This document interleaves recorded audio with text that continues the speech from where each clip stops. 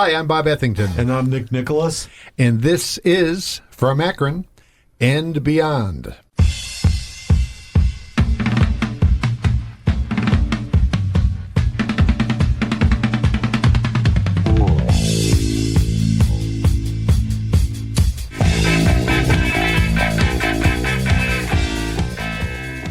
Hello there, everybody.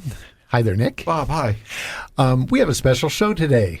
Very special. I like our special shows, but this one is particularly special because we're featuring Jason Prufer, who is, we've had on the show before, sort of a historian of all things Kent, Ohio, and also of sort of the related music scene to that area and to beyond, really. And our other guest is Mr. Robert Kidney from the Numbers Band.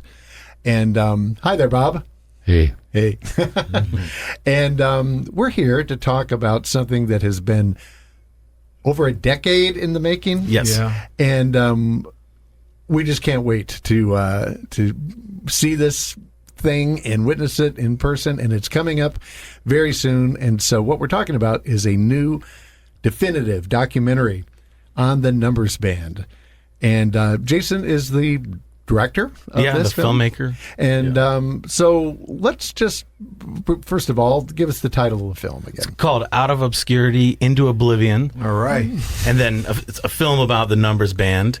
I think the easiest thing to say is the Numbers Band movie is what probably people might be saying, but it's Out of Obscurity into Oblivion. I think it's a fantastic title. It's perfect. Yeah, it sure is. And it's a play from an old flyer, right? True. Yeah. Wow.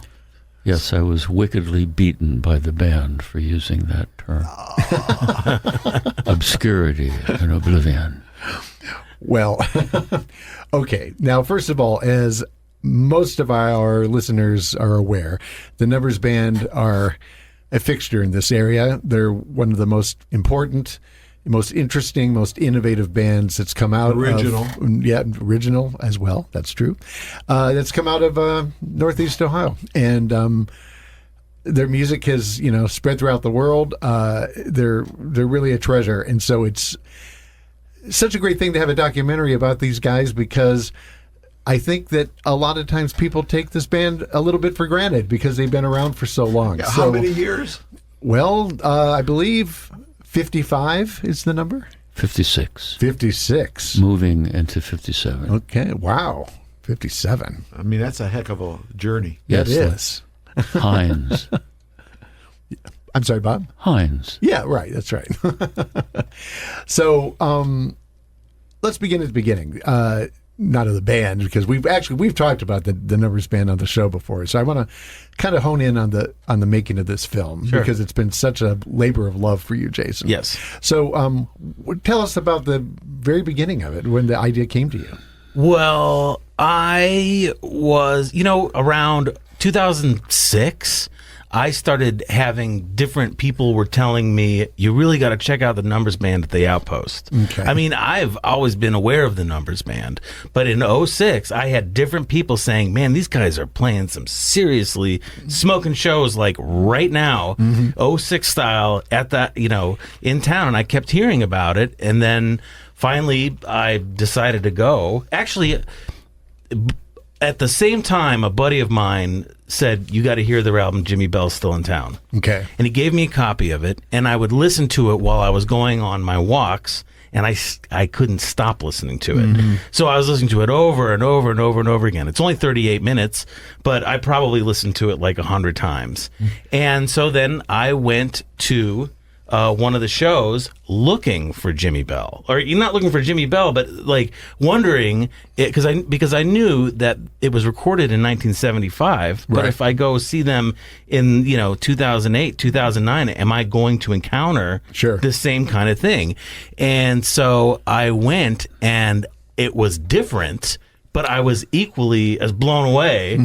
And I spent probably a whole year sitting in the back of about every show that these guys did, and I just kept I couldn't stop going. Mm-hmm. And what would get me upset is that I would go home and I would go on YouTube and I would try and find like really good footage of these guys. Yeah. And there's nothing. Or at least at that time there was nothing. And I didn't go to it with the idea of making a documentary. Right. I wanted to make a concert film. I wanted to capture what these guys were live in the full visual, like The Last Waltz or something like that. Yeah. Although not like the last. This is a different band. This is not the band. This is the Numbers Sure. band. This Right. is a different thing. But it captures something that really gives the essence. It shows the essence of this band Right. that can travel 100 years in the future. So that in 100 years, somebody could access a really great concert film of this band. Right. And understand what this was and feel what I felt while sitting in the room. And that was my initially. I wanted to do a concert film. Now, now to back up a little bit here, I mean, you already were a filmmaker then, apparently, or at least you were thinking of being one. Yeah, I mean, I've always dabbled in filmmaking. I mean, I've done all kinds of stuff with. I was working with a guy at the time. We were making our own music videos for our own music, right? And then I started dragging him to these shows. I was like, "You got to see these guys. You got to see these guys." And then he became all in. His name is Mark David, really great guy. Okay. And he was all in. All of a sudden, he was hypnotized by the band, and he was saying to me, "Well, maybe let's do some of our video stuff that we're doing with ourselves and see if these guys might be interested in in doing something." Right. And he was the one that actually made the connection. At one of the shows, he actually approached Jack at a set break. Jack Kidney. And said, "Hey, do you mind if we film you guys next week? At the North Side?" And Jack said, "Send me an email." And then the next thing I knew, we were showing up at the North Side with equipment, and that was where I met Bob for the first time. Okay, so this is around 2011. By the time we get to that, now this is a couple years. The Numbers Band have been this mysterious. I've been obsessing. Okay, now did you? First of all, I want to ask Nick a question. Nick, when did you first see the Numbers Band? Do you remember? Yeah, it was in late '60s. Wow, very early. Okay. Yeah, I saw Bob when he was in a duo. The old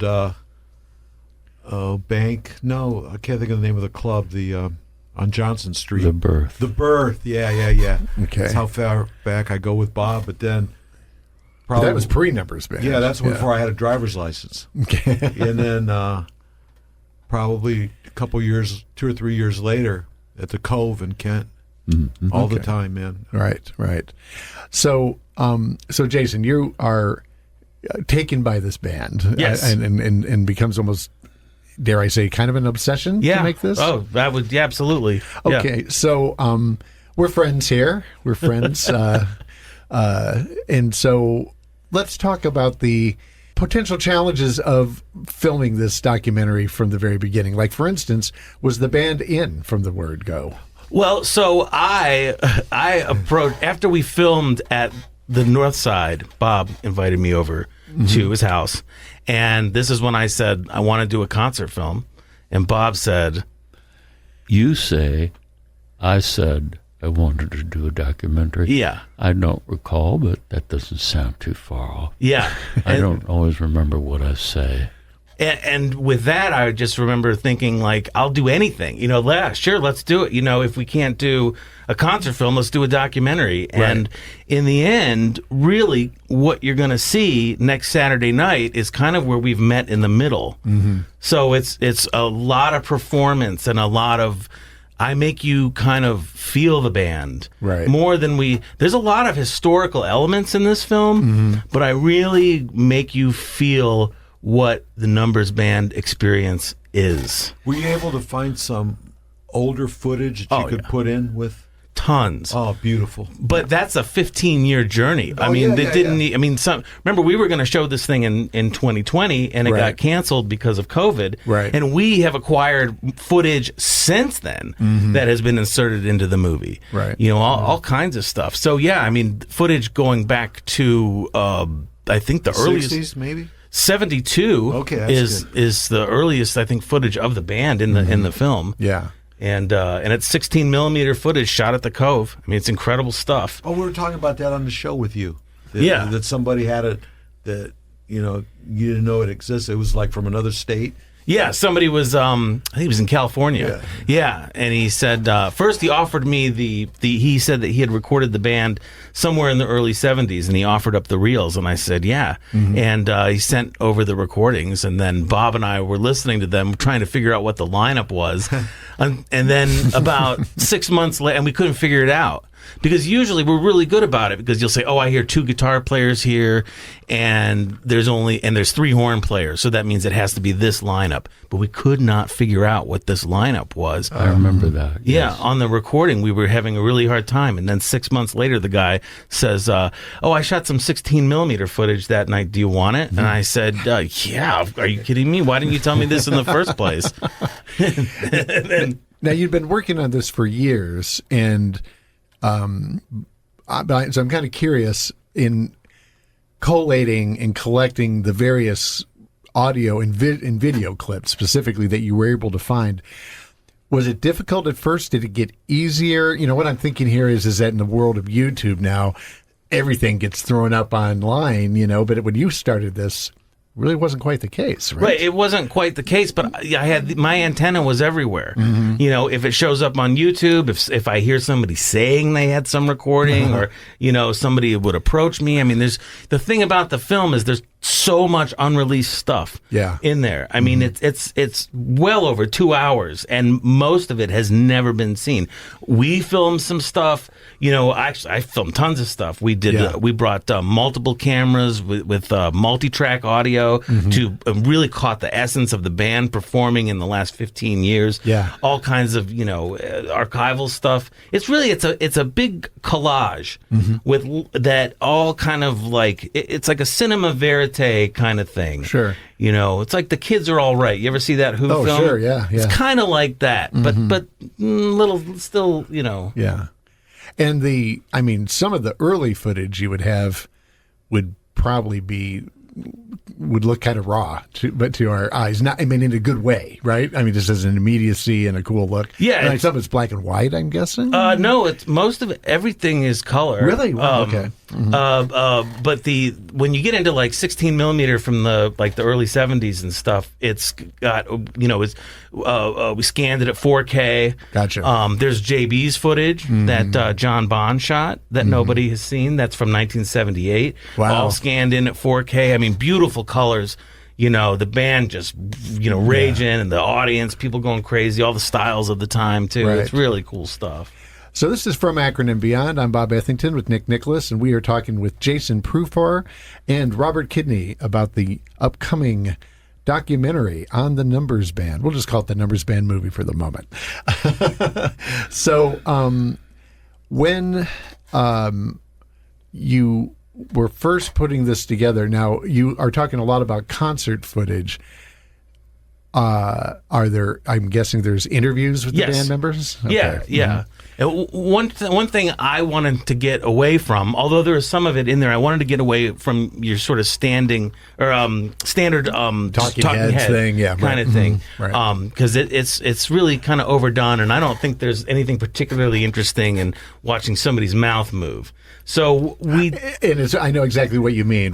So it's like then you see somebody like me sitting there in a chair, like, I remember the first time I saw them, whatever, and it's like, who cares, right? What I thought, Well, it's interesting, but it's not particularly cinematic, right? Right. So when Bob and I did an interview, we did one interview where we walked the entire North Water Street. Oh man, yeah, we walked we walked the strip, the old strip. Yeah. And then as we're talking, we're getting in depths about things, and then I edit in old footage. Right. From right where we're standing, from right where but it's really kind of seamless.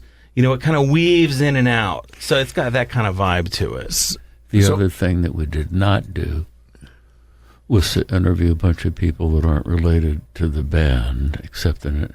The as you're calling talking heads are the band members, right? And the music, I made sure, was very quiet. Most of these documentaries, I'm not a huge fan, but the ones I've watched, they're badly put together. They have these people speaking, and the music is too loud, right? And you can't hear what they're saying. and they're relating to the band from the outside. Mm-hmm. We didn't do that. All the interviews are from the members. Oh, beautiful. And the thing that's interesting is we age. Because that happens over 57 years. Well, I mean, it took quite a while to make the film, and people aged, and I think that's really interesting. Mm-hmm. Mm-hmm. Now, when you're making a movie about the Numbers Band, you're kind of also making a movie about Kent, Ohio. Yeah. Right? Yes. And I'm imagining that Kent, in a way, is almost a character in the film. Yeah. And we dip into May 4th, and we acquired some pretty wild, some pretty crazy footage from that day that most people probably have never seen. Wow. And we took I took Terry back to May 4th. Terry Hine. Yeah, Terry Hine. And we walked. I walked with him through his entire path on that day. Oh, wow. And integrating footage in. I took Jack back to May 4th because he was on campus that day. And wait till you see it. I mean, it gets pretty deep. It sounds like it's going to have an immediacy that's going to be pretty powerful. Yeah. And we're we're in this age now where I was able to take the old footage and scan it at 4K. Oh, okay. So everything that you're going to see, so it's like you're going to be looking into a window into 1970 that is as clear as, looking out that window. It really looks good. Yeah, really clear and nice. Looks incredible. Yeah. Mm-hmm. And of course, some of our listeners hopefully have listened to our earlier episode with Jason, where we went deep into your background and stuff. But just briefly, I mean, you are kind of I introduced you this way, but you're kind of a historian of Kent in a way, yeah, right? Yeah, I mean, I wrote a book. Right, yeah. I wrote Small Town, Big Music, and Right. I have lots of blogs about that kind of stuff. And if you've subscribed to my Facebook, I'm always posting about, I'm always posting old Kent photos and Kent music kind of stuff. And some of it has to do with the bands that played around in town for all times. And some of it is about the incredible people who came to town that the Numbers Band even opened for, like Bruce Springsteen and many of the others, Tom Waits and that kind of stuff, on campus. Yeah. So, and some of it even spilled into, there's the famous story of Duke Ellington playing on campus, and in the last 6 months of Duke's life. Oh, wow. Yeah. And and Duke went back to his hotel because he was tired. Yeah. But like 3 of the guys were like, hey, we don't want to go back to the hotel tonight. And they asked the promoter, is there any good shows we can go see? And the promoter takes them down to see the Numbers Band. And the next thing you know, guys from Duke's band went to see him. Yeah, and are on stage with the band. Oh, wow. And, yeah, so, Wow. Nice. You could probably tell the story better than me. But did you want to hear this story? Yeah, let's hear it. Let's hear it. Well, there were only 2. 2, okay. Okay. And they appeared in the audience, which was 25-year-old, 20-year-old hippies. And these gentlemen were from the 40s swing era. Yeah. And they had white shirts on, starched white shirts and dress pants, and they appeared in the audience. And, of course, they were startling. Stood out a bit in the crowd, huh? And I watched them, and they were watching the band, and they seemed interested and then left. Yeah. And I wondered what that was all about. And then I hear this music, and they came back playing their instruments down the stairs into the Cove, the way they do in New Orleans. There was, I believe, a trumpet player and a sax player. Terry would remember probably better than I because he was standing with them. And they walked up on stage and started playing with us. Wow. And so I immediately started Kansas City, which is where they would relate. Sure, right. And we did Kansas City for 40 minutes. Oh, man. And I don't remember what other songs we did specifically, but they had a wonderful time, and everybody had a wonderful time. It was very, very Great story, powerful, man. very powerful moment. And then they just left. I can imagine. I didn't that, even speak to them. I never spoke to them. But the important thing is they were welcome without words. Right, right. Because of their stature. Sure. Yeah.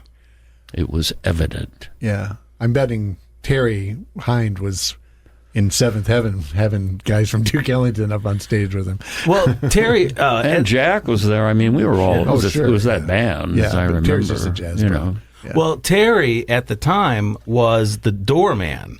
It was in that brief period that he was out of the band. Oh, really? But he was working. But he was working the door at the Cove. Oh. And the way that he told it to me, he said as soon as they showed up, he said he knew exactly who they were. I mean, by name. By name. Right, Yeah. right, yeah. And he I said, forgot about that. Yeah, and he said that they walked down the stairs, and he said, "I'm going to go watch these guys," you know, and that's according to Terry. Well, that makes perfect sense. Yeah. So I was wrong. I mean, no. I mean, you were. I you don't said, care. Yeah, You were right. I was wrong. What am I supposed to? How am I supposed to remember exactly? You know, but maybe that's why I related the way I did to him, because he knew who they were. Yeah. You know. Is there much interview footage with guys from the band contemporary back in the day? Like, are there like much? I don't know if that it even exists. If there were interview footage with Robert or Jack or whoever from the 80s. Okay. Yeah. So there's a couple of things. There is the interview footage of you from 1978, 79 at TV2, right? Yes. Yeah. What do you mean when I'm sitting with the woman? Yeah. John Bond's old show? Yeah. Yeah, that's a funny moment. Yeah, that one's pretty I fun. had no idea it was funny. My wife laughs her head off every time she sees it. And you're talking about the eye game. Yeah. But you're being really vague with her. She's asking specifically. Well, I never thought about why I wrote the eye game until she asked me. And it was in that moment that the eye game is extremely dark. I mean, the impetus of why I wrote that song is about being psychotic and being paranoid. Okay? Yeah. And she wants me to describe why I wrote the eye game.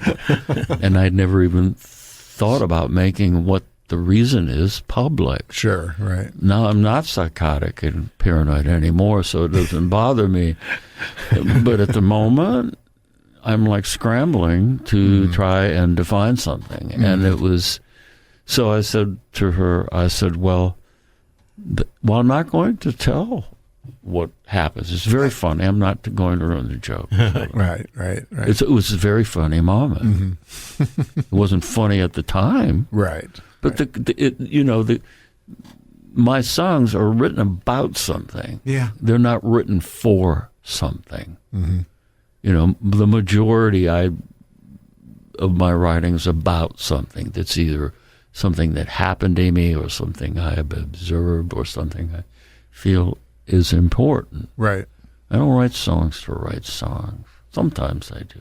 I have a question for you, Bob. I've never asked you. But don't expect to get out of here on time. I'm in no hurry. So, do you like explaining your songs, or do you think the songs are explanation enough? I don't play a game, okay? I don't play games like that. That's just, arrogant. But you know what I mean. Yeah, People because I know what my songs those are kind about. Of questions all the time, right? Or they'll ask about what's your book about, or what's your, what is this movie about? And it's kind of like I remember David Lynch, the director, famously was always like, the movie's about what you're watching. I'm not going to explain to you what it's about. It's what you see, Well, what do you think it means? What's the difference what I think it means? That famous quote who I won't quote. Right. That's just arrogant. Yeah. If you want to know what my songs mean, ask me about one. Okay. But But what? Go ahead. The lyrics are just one element, of what the song, of what the totality of the song, and that's one thing that we try and bring out in the movie. How does this song make you feel as you're putting it out, the whole thing? It's not just lyrics. You're putting the whole thing out to the public.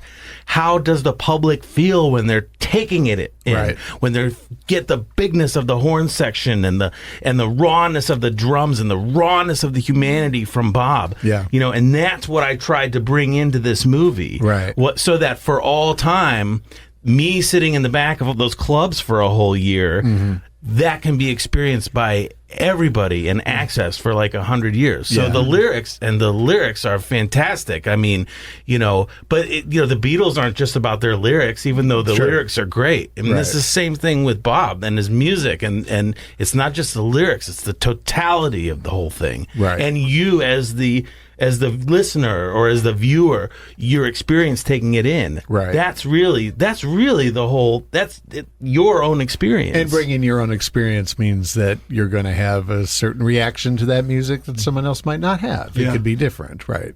Someone might find a song bracing and intense, and another one might find it strangely comforting. It just kind of depends on how the reaction is to the music. That's what music does. Sure. So, I will say that I've been fortunate enough to see a trailer of the film, and it made me so excited to see this whole movie because just even in the 2-minute or so long trailer, I was like, "Whoa, this looks good." Yeah. We drop in. We did it for 15 years. And I want to ask you about that. If I'm sorry to interrupt, but Sure. that's a key question. Is you've been working on this for so long. Yeah. Tell us some of the complexities you had to deal with editing this. Well, I'll tell you one thing.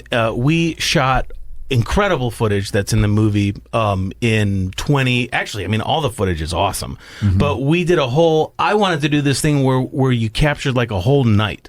Like where you felt like what that whole night was from the evening with it's daylight, it goes into sunset, goes into darkness, the band is playing, there's a lot of people there. This is sort of the Last Waltz comparison, vaguely, in a way. Yeah, maybe? kind of. But wasn't our last waltz. Yeah, it wasn't. Yeah, it wasn't their last. You have waltz. many waltzes left. In Last waltz. What's that about? Well, the thing with the last wall, it's that you're in the room with them, right? And I wanted to do that, so we did that in 2012, and then a decade later, as I'm still editing, Bob's like, that was 10 years ago. So we did another one in 2022. Right. So, and there's even stuff from 2025. Right. So we made it's sort of just like you. It's hard to explain in that I kind of dropped in and took a lot of Polaroids, if you will, over the last 15 years, and then we integrated all this, archival footage going all the way back to 1970. Right. But the challenge being, I wanted to in 2012 I wanted to show the Numbers Band today, but by the time it got to 2022, well, that was the Numbers Band 10 years ago. Right. We had to do it again, but they're both in there because this band shape shifts. Well, that's yes. Over time, as Nick knows well, that's one of the things about the Numbers Band is that they. If you've seen the Numbers Band and you haven't seen them for 10 years, you have not seen them today because they have evolved. Yeah, it's always different. Yeah, really is. Yeah. Always the Who's the Numbers Band, anyway? Who are you talking about? Oh, there's some band. Oh. Yeah. Maybe some of the people that aren't familiar, what's the full name? It's not just the Numbers Band. Well, ask the man who named it. What do you need to know, sir? Oh, I have my earphones on. You wanted to know what the full band's name is. Because everybody started referring to you as the Numbers Band. Well, that's because no one wanted to remember the numbers. The name of the band is 156075. All right. That's the full name. Exactly. But it's like people did not want to remember those numbers, and I didn't blame them, but that isn't why I called the band that, is so people will go, oh, yeah, I know them. I called it that like the same way I do everything else, because that's what I care to do. Yeah, because believe it or not, there have to be a couple listeners of our show that really don't know. You No. know? So just they call assumed us. that everybody knows that. They call us the numbers band, which I never cared for, but it isn't my right. Okay? When the people call you something, that's what you are. I don't question that, but I did edit it. Yeah. Because I feel that I think the word band is redundant. Yeah. So I call it 15, 60, 75, the numbers. Gotcha. Oh, okay. Okay. And it states that if you look at the Endure album, the new album, the latest album, that's what it says, 15, 60, 75, the numbers. The numbers, right. Oh, So, and I think even on the old Jimmy Bell album, it just says the numbers. I don't Right? recall. I think band is not even on the I know, on the LP I know photo. that 15, 60, 75 is on there. I Right, don't even right. remember numbers on there. But I as think you it says mentioned I think it just says the numbers. Can I interject or inject both? I'll do both.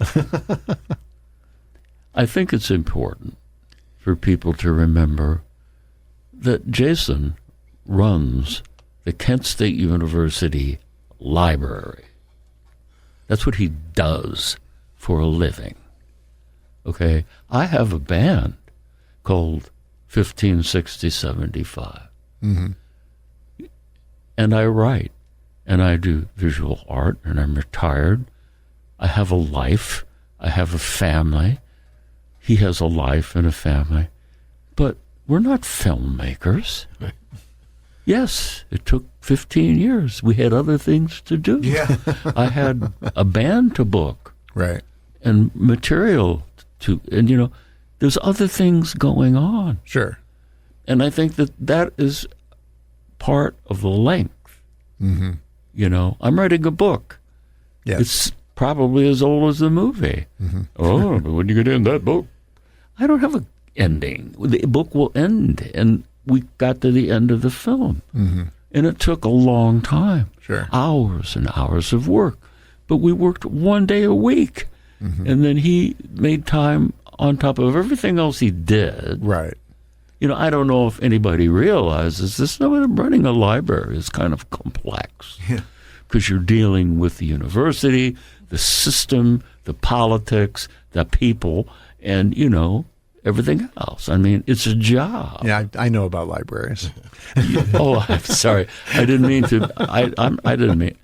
No, that's fine. You're right. I mean, yes, this was I something think it's that was very being worked important. on for, Very important. with everyday life going People on. were coming up to me, when this movie's going to be done? Like, oh, I don't know. We whipped it off in an hour and 45 minutes. Yeah, right. It took a long time. Sure. And we never another stopped. reason, We always were working on it the whole time. the other aspect of why is because he's working with me.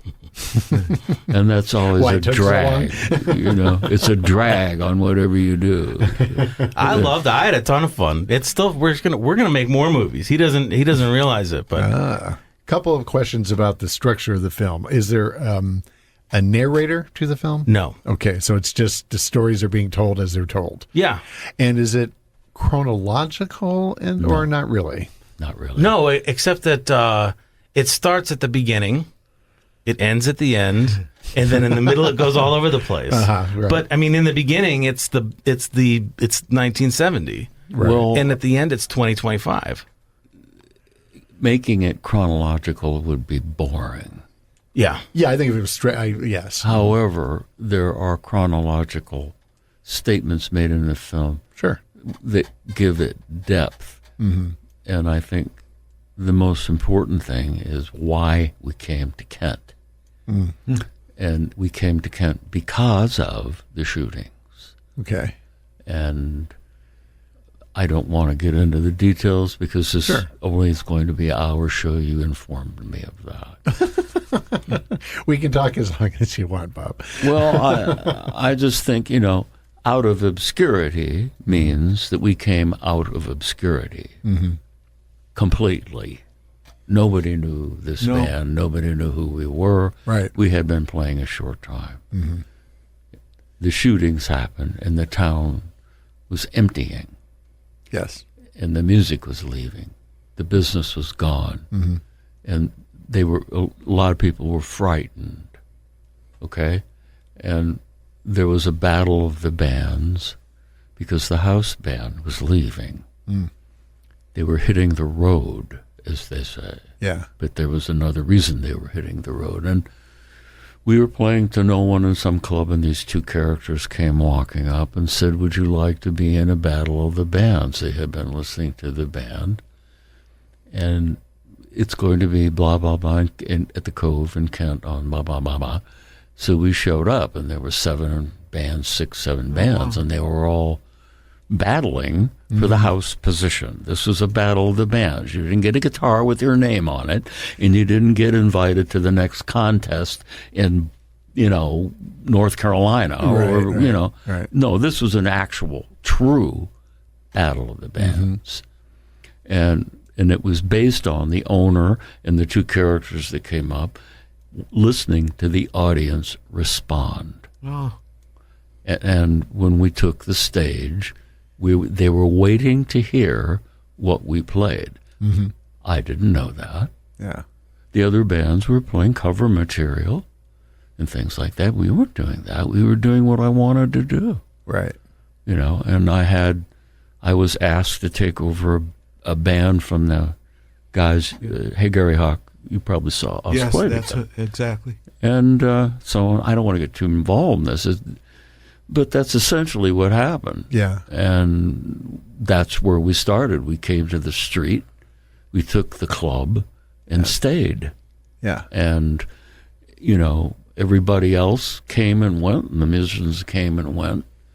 But in the beginning, I ran the band like a crew because I knew how to do that. That's great. Yeah, that's a story I've never heard.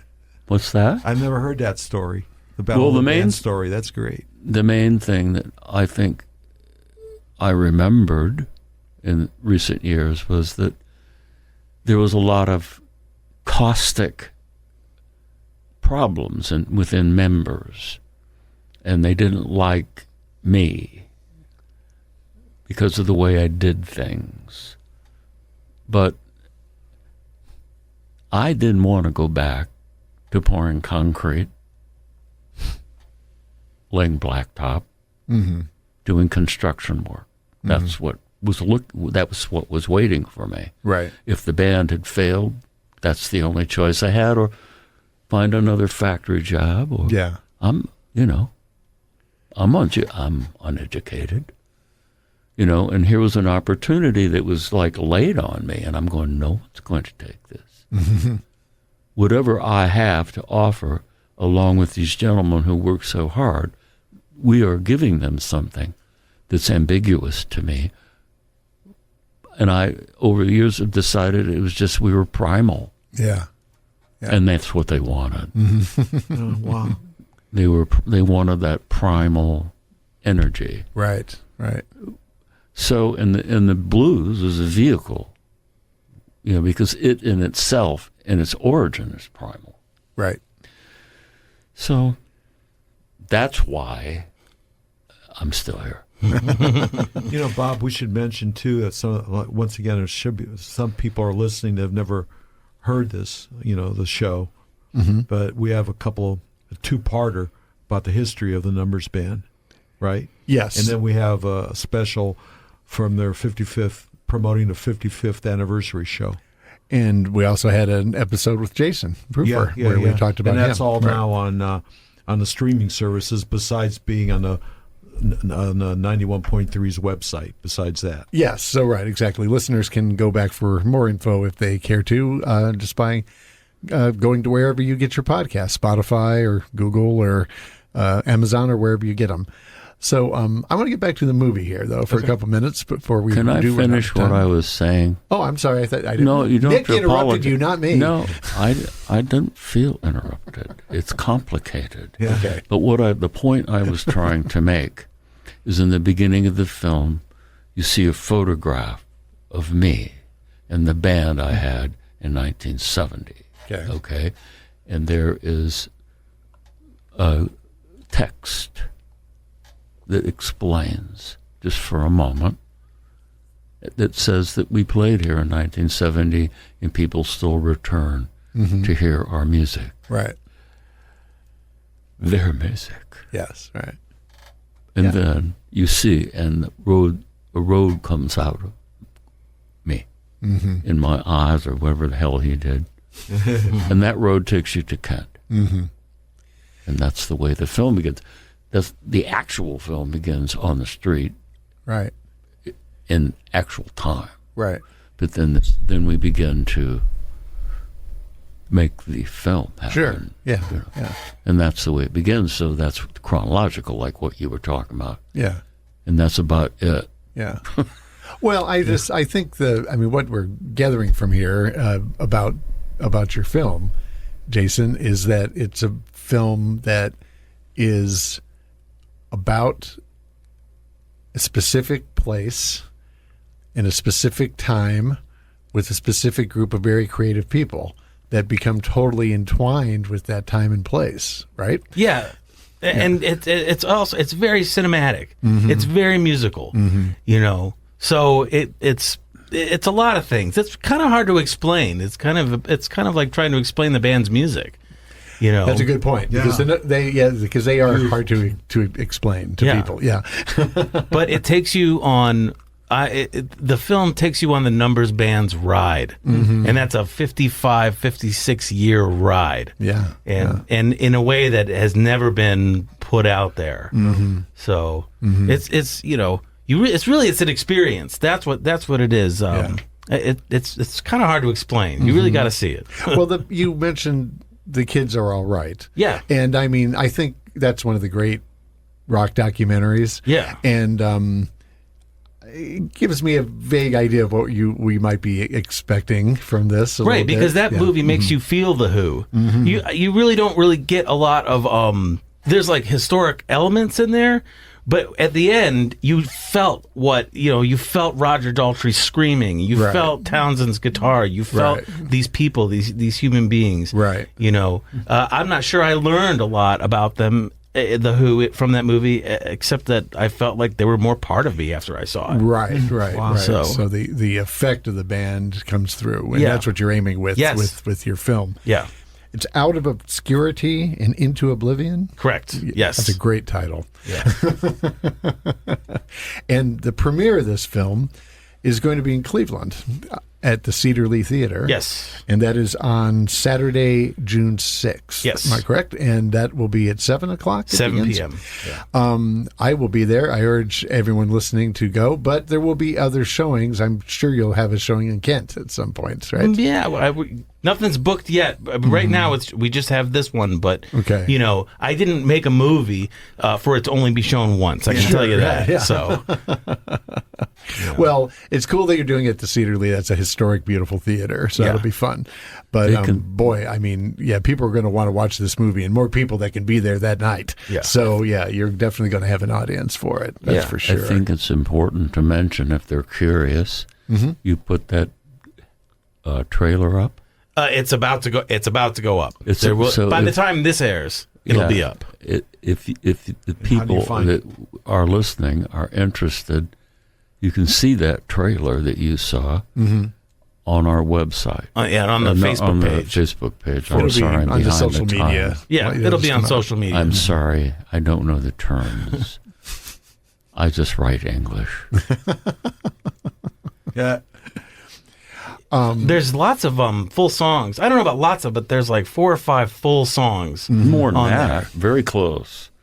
Some of them are like from beginning to end. Right. Actually, if we're going for that, we get to like 12, 13, 14. Yeah, that was one of the things we decided on very early. Is this is going to be about music and performance. Right. Yeah. You know, that's what it's about, and it's there. And there's a lot. And you were asking if we had interviewed some of the older band members. Well, you filmed a reunion, and we interviewed Rod Reisman and Frank, who was on drums at the time, but now they're older band members, and Jerry Gleason. There's a lot of stuff sort of peppered in the film that had to do with the musicians. Sure, right. We didn't get to interview as many as I would have liked, but the film would have been 5 hours long.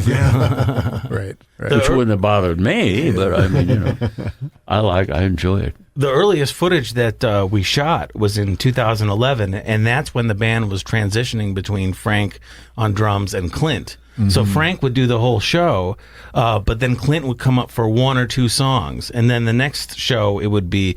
It just was like right when we started filming was the transition. So we got tons of great footage of Frank, and then for the next 15 years, I got all this stuff with Clint. Right. But we got the Frank stuff in the last seconds that we could get it. Right. You know? Right. And I'll tell you a story I was telling. He'll be there, by the way. Oh, At Frank the premiere. Casamento. Right. Wow. Okay, I didn't realize that. Well, Great. It's terrific. Yeah, it's like that's almost like 40 years of drummers represented at the film. Yeah. But we were gonna say. Well, I was going to ask about in capturing the band in a way to convey their power. You must have also spent a lot of time on the sound of the film. Oh yeah, absolutely. Yeah. With we recorded a bunch of shows multi-track, so there was working with that afterwards, and and if you have old footage, could you use new technology to? Yeah, cleaning up tape hiss and all kinds of stuff like that. Yeah, there was a really bad buzz in the one interview from TV2 that I was able to completely eliminate. That's hard to do. Yeah, not anymore. Yeah, so the new technologies made a lot of that stuff a lot easier, but still, how nice to have that, right? Yeah. And we got some great news footage. There's stuff from 1983. Remember Fred Griffith? Isn't that his name? Yeah. He shows up with like the Channel 5 news crew. Right. Yeah, and then all of the footage, like we had all the raw footage He was a from that. beloved newscaster in the area. Fred Yeah. Griffith, And Fred Griffith's son loved the band. Oh, okay. And he drug his father down to see it. Oh, really? And then Fred liked the band. And we ended up having a relationship with Fred Griffith. Wow. He would always look out for us. He's a great guy. How about that? he's having a ton of fun. Wait till you see the footage. He's having a ton of fun at the show. They bring him up to sing the push and the shove, and it's pretty wild. Oh, this will be great for It's in June or July of '83. Okay, and it's a really banging night too. I mean, the place is packed, and he's there doing his news stuff. You'll see it. You'll see it in the film. Wow. Well, listen, I can't wait to see this film. Anyone who has seen the band knows how powerful they are live.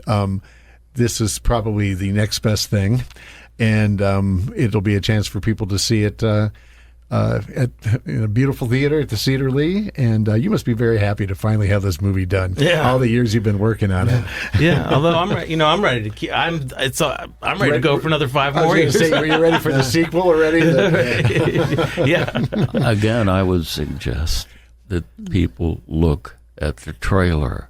It's an indication, a very good indication of what the film is about. This film is about film. It's the beauty of editing and all the things you can do. Right. And how Jason wove stills into movement. It did things with stills and made them live as film. Right. Try it. Well, that's why they call it movies, you right, know. Exactly. Well, I've been hearing about this movie for a long time. Yeah.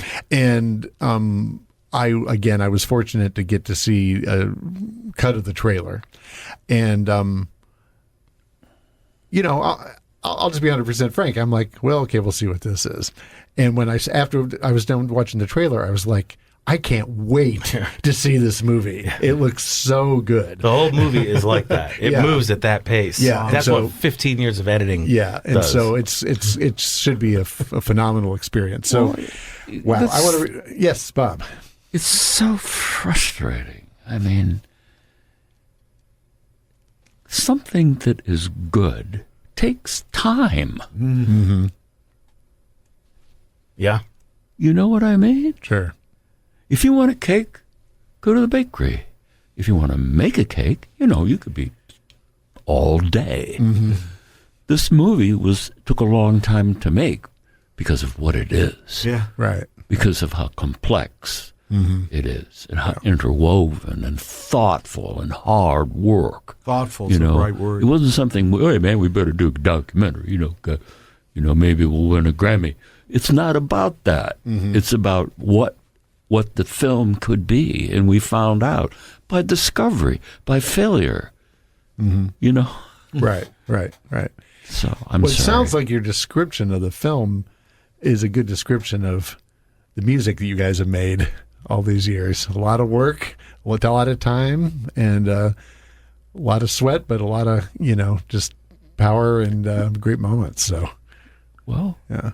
You helped me with the book, Yeah, so I've helped. I'm sorry. Yeah, no, I'm very. You put me on this mic. Yeah. Well, I'm very happy. I'm very proud to be a small part, very small part. of that. So where do you put the comma? Right. That could take weeks. Because, it's a fact. Sure. If you really pay attention to what you're doing, and your impetus is to do the best work, the best work you can do. That the film, we're not filmmakers. Well, We did the best work we Jason could is do. now. And Jason struggled and learned and worked. That's how you learn. That's how you do it, right? Yeah. Yeah. You do the work. If you care. Right. Care. Exactly. And about it's the the band. best Right. work he can do. And I will defend it as the best work he can do. Well, we know if Bob is saying is supporting this thing, it's good. Yeah. So the name of the film again is Out of Obscurity and Into Oblivion. It's a documentary about the Numbers Band, and it is going to premiere at the Cedar Lee Theatre on Saturday, June 6th at 7 p.m. And I urge everyone listening to this, if you get a chance, get tickets for that. Get over to Cleveland and see this film. You'll get a chance down the road, I'm sure, but I'm glad I'm going to be there to see the premiere. So thank you so much for being in here. Yeah. Both Thank you, Robert guys. Kidney and Jason Prufer. We really appreciate Yeah. it. Thank you so much. Okay, and this has been From Akron and Beyond with Nick Nicholas. I'm Bob Ethington. Thank you so much for being here. So long. Bye-bye.